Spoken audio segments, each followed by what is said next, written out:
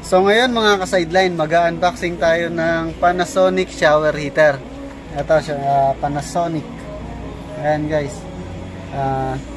Gagawin lang natin dito ay ituturo ko lang kung paano yung basic na at kaunting kaalaman ko sa pagkabit ng shower heater.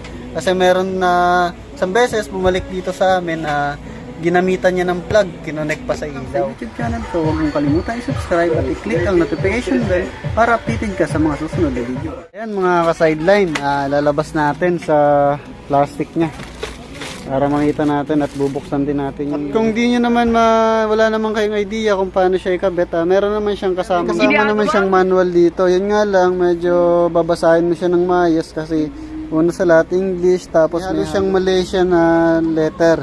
Kaya medyo mahirap dito. Bubuksan natin tong unit na to para makita natin yung loob, kung saan tinatap yung wiring niyan. At para makita rin natin yung... At ayan din, meron na rin siyang power control. Ito, dito yung pinaka-power control niyan. At push on off niya naman, ito. Ito. Para makita. Ayan, buksan natin. Sideline yung pinakalaman ng shower heater natin. Ito naman yung heating element niya. Tapos may safety breaker na rin yan. Nakalagay na yan dito. Ito, may sarili na rin siyang breaker. Pero required pa rin na lagyan niya ng breaker. Katulad nito. Pag magwa-wiring ka, lagyan mo rin ito. At least 30 amperes yung ilagay mong breaker kasi mataas wattage yan. Tapos ayan, kung pagkakabit ka naman ng hose niyan, di ka naman malilito. Kasi sa ilalim ng pinaka-inlet, outlet niya, may nakalagay naman. Dito sa parte dito, may nakalagay na outlet. Ayan, outlet. Sa kabila, inlet. Bali dyan natin idadaan yung linya galing sa gripo. Tapos ito yung outlet niya. Ito, papunta yan sa shower. Tapos kung maglilinya naman tayo ng kuryente, bali ang lalagyan natin dyan. Ito. Ayan, dalawang yan. Ito, tsaka ito. Ito, yan, dalawang yan. So ngayon mga ka-sideline, halimbawa naman nagkaroon siya ng troubleshoot. Bigyan ko na rin kayo ng basic tips para mapagana ulit siya, or kung hindi na siya umiinit, pwede natin siyang mapagana kahit kayo lang yung gumagawa.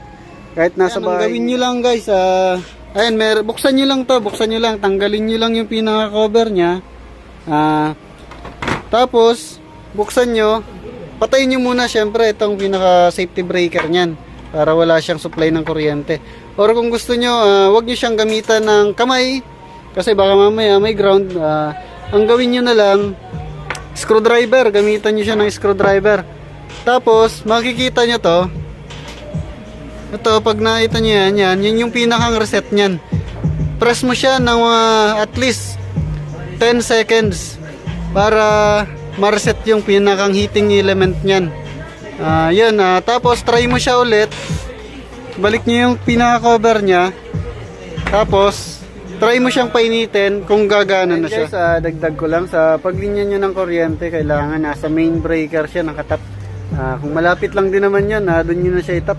Huwag nyo siyang gagamitan ng mga flat cord wire na yung mga number 16, at least stranded na number 12.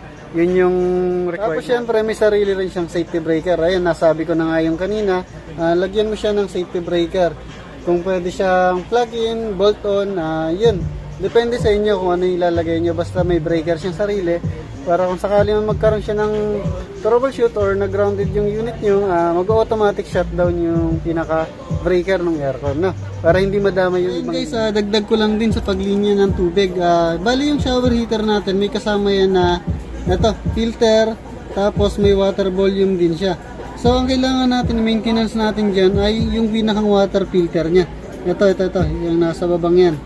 Kailangan lagi mo siyang lilinisin kasi yung tubig natin, hindi natin masabi kung malinis o madumi. Ito. Ayan, ito yung madalas kailangan linisin pagpagin siya or sprayan siya ng running water para hindi siya magbara at hindi mahirapan yung heating element at hindi siya mabitin sa tubig. Sabi ko nga kanina, may mga kasama naman yan manual kung paano mo siya buuin. Kompleto yan. Yung sa may filter niya, may kasama na rin siyang manual. Ayan, kailangan din kompleto rin yung rubber niya sa connection ng tubig para hindi siya mag-leak. Ayan guys, yun lang naman ang konting kalaman, basic tips kung hindi nyo mapagana yung shower heater nyo, kung may problema kayo, pwede nyo naman i-comment dyan sa comment section at para masagot natin yung mga katanungan. Ayan, sa mga may alam na dyan, pwede nyo rin akong tulungan, daan nyo lang sa comment section kasi kunti pa lang naman yung idea ko para dyan, kumbaga konting idea lang ang meron ako. Then para yun matuto rin ako, bigyan nyo rin ako ng kunting advice. Yun lang, thank you for watching.